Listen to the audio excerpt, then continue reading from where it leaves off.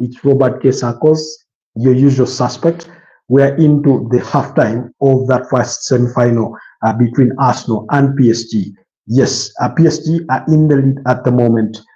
So they've really been a very good side. We've had a very wonderful game of football so far, as far as the first opening 45 minutes are concerned. But it is PSG that have dominated the affairs of the game in terms of ball possession. But that was for me to be expected.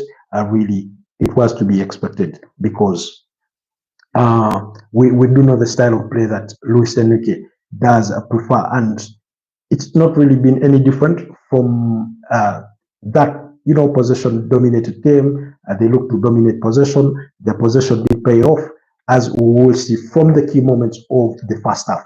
3 yellow cards already recorded in the first half, I think to the detriment of Arsenal, because they have received 2 of those, and that kind of thing, which doesn't really look pretty on their CV as far as this game is concerned.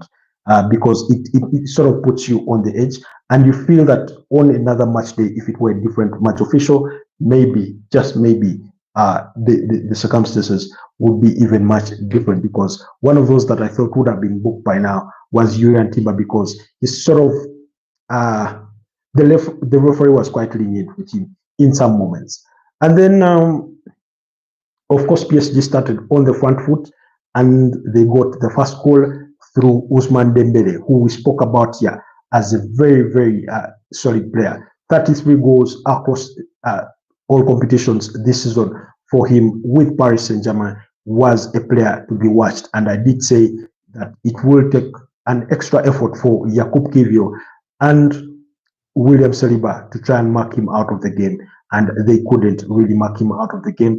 I thought in some moments Jakub Kiwior looked shaky and nervous. I thought they really put that Arsenal defense on the edge, especially for Julian Timber. Ivica Kvaratskhelia has been visiting him almost all night, and that battle in the first 10-20 minutes, Julian Timber was just getting by, was really just getting by, including we had a potential penalty shout out in the 15th minute there from Ivica Kvaratskhelia when Julian Timber wrapped his hand around his body, but Ivica Kvaratskhelia, I thought, went on the floor a little too quickly. This is HB blog from India. Thank you so much for tuning to the broadcast, HB. You much appreciated. Kindly leave me a like on the broadcast. How are you doing? Are you also watching the game? I can see Basil said hi. Hi, Basil. Thank you for joining the broadcast. Much appreciated. I hope you're doing well. Do let me know where you're tuned in from. I can see Bakon Beats. I'm back. Come, guys. Let me know where you're tuning in from. I see Ray Perez. Yes, hi Ray Perez. Where are you tuning in from? I can see Nikolai. Yes, hi Nikolai. How are you guys doing? Thank you for tuning to the broadcast. Kindly give me a like also on the broadcast. And if you're new here, kindly remember to subscribe. Are you saying PSG to win? That's Basil. Well, there's still 45 minutes of the game still left to play. We wait to see how that spun out. I thought PSG dominated the first 20 minutes of the game. You say you're from Germany, Nikolai. Wow, that's interesting. How is Germany? Are you from Munich, the capital? Are you from Berlin? Are you from what's that other city? I forget. I can see Snapdragon said hi. Hi Snapdragon. Are you a Manchester United fan? Because their shirt sponsor is Snapdragon. So pretty appreciated, guys. I really appreciate for the time you've dedicated to joining this broadcast. But I wanted to answer to Basil. I was still telling him that PSG dominated the first 20 minutes of the game, but he felt that Arsenal, after the halfway mark of the first half, Arsenal started to go into the game. They started to win some of their duels. They started to attack that PSG side. And in one of the last actions of the first half, you had Gianluigi Donnarumma with that brilliant save of Martinelli's attempt. And then you had Miles Lewis Kelly with a brilliant run to then have the composure to play in Gabriel Martinelli, who I thought could have done more than he did in terms of carving that ball beyond the reach of Gianluigi Donnarumma, who they all know is a very, very tall goalkeeper, very big player, so he can spread his arms really wide. But overall, PSG dominated most of the affairs of the game. They defended much better on set pieces. They didn't give Arsenal much room to exploit them. I remember a moment that almost caused Timber to get a yellow card. One of those moments in the first half was because Arsenal went in for a set piece, and then PSG were trying to take them on the counter, and it was Leandro Trossard who ended up fouling. I think it was either Kivica Kvaratskhelia, which earned him a yellow card, and that was the first booking of the game. Then the other player was Bukayo Saka. He did win the ball off Nuno Mendes. I thought there was no foul committed there, but the linesman there had a lapse of judgment, really, because it's the one that raised the flag to the attention of the referee. And in that anguish, Bukayo Saka did the unthinkable. He kicked the ball away, which is not allowed, and he got himself booked. I thought, again, he let the emotions get the better of him. You can't blame him because there had been no foul in him winning back that ball of Nuno. Actually, it wasn't Nuno Mendes. Maybe was it William Patson against whom he won the ball, and he was trying to drive into the box. So we had that as a key moment, and Bukayo Saka ended up getting booked. Then Achraf Hakimi did commit a foul that got himself booked. But as far as the goal is concerned, Ousmane Dembele scored the goal. Kivica Kvaratskhelia providing the assist. Now Dembele drives with the ball forward. I thought he was given too much space, and then he gets to play in Kivica Kvaratskhelia, who also had yards of space to run into.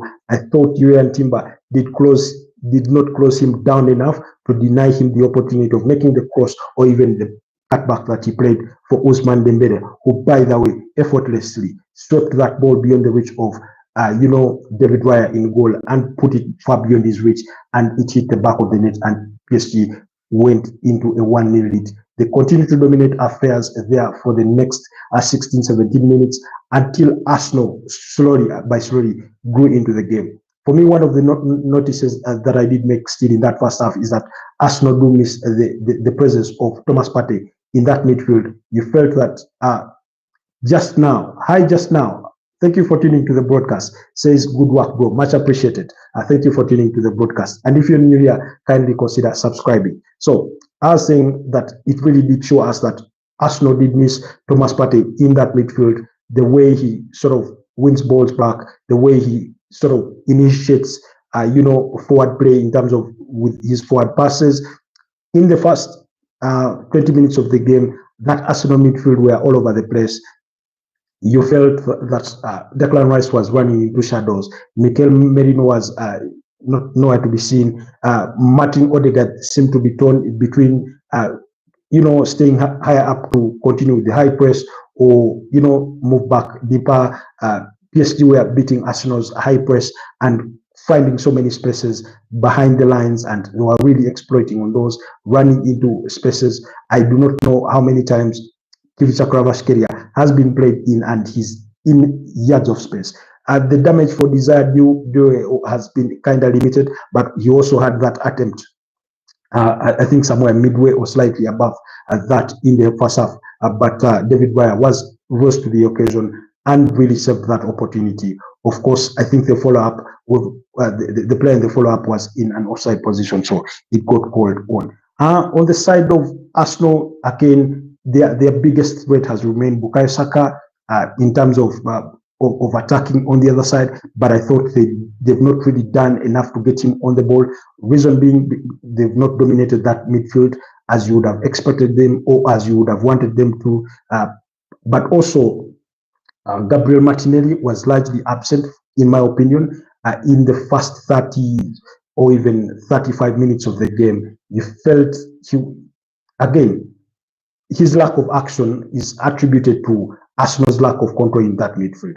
For those of you that were with us when we were doing the preview of this particular game, we did say that whoever controls that midfield will have more than 70% chances of going ahead to win that game. Whoever controls the midfield will dictate the tempo of the game, and indeed PSG, for the better part of the first half, did dictate the play.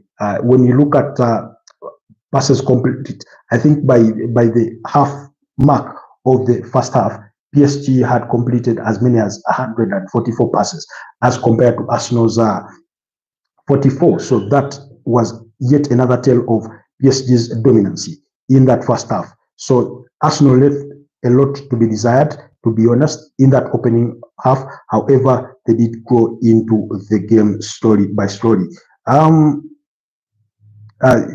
This is from James Bench. He says Arsenal could have done another 5 or 10 minutes before the interval, because yes, and I do agree with him, because Arsenal had gone into the game, they had started gaining that momentum, and they were really pressing PSG. They were making them uncomfortable. They were getting on majority of the ball. They weren't overpassing the ball, but they were being quick to get forward to try and get that opportunity to score a goal that puts them back to level. I thought they were being intentional in that, and well, we did not get the chance to see it pay off, because they ended up,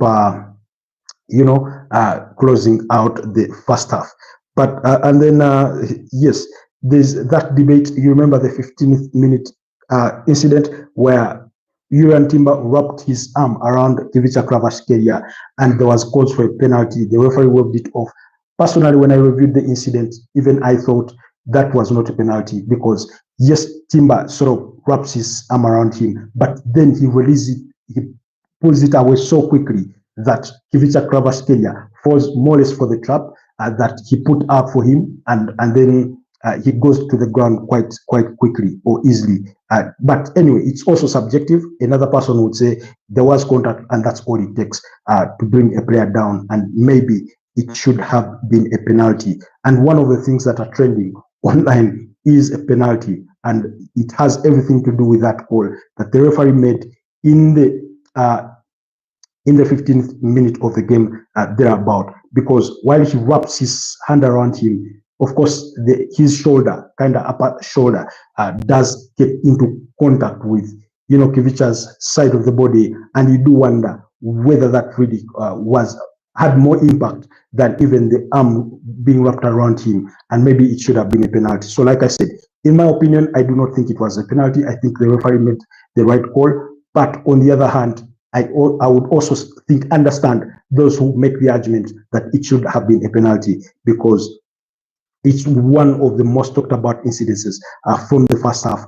Many players do think that was a penalty. Then they're bringing the comparison of, I think it was Rasmus Højlund against Manchester City, when Rasmus Højlund appeared to pull Rodri, and that was given as a penalty. Now, when it comes to comparing officiations in the Premier League, and the UEFA Champions League, I do not think that the two can be compared, because usually I find the officiation in the Premier League often below average, oftentimes. How many weekends do we finish a match day, and then the talking points are more on the footballing decisions than on the football that was on the pitch? Well, like I said, this one in itself is subjective. If the referee had chosen to give it, I do not think he would have been given much stick for it, because it was subjective. But in my opinion, I would have thought it would have been a soft penalty to give. So, guys, do let me know what your opinions are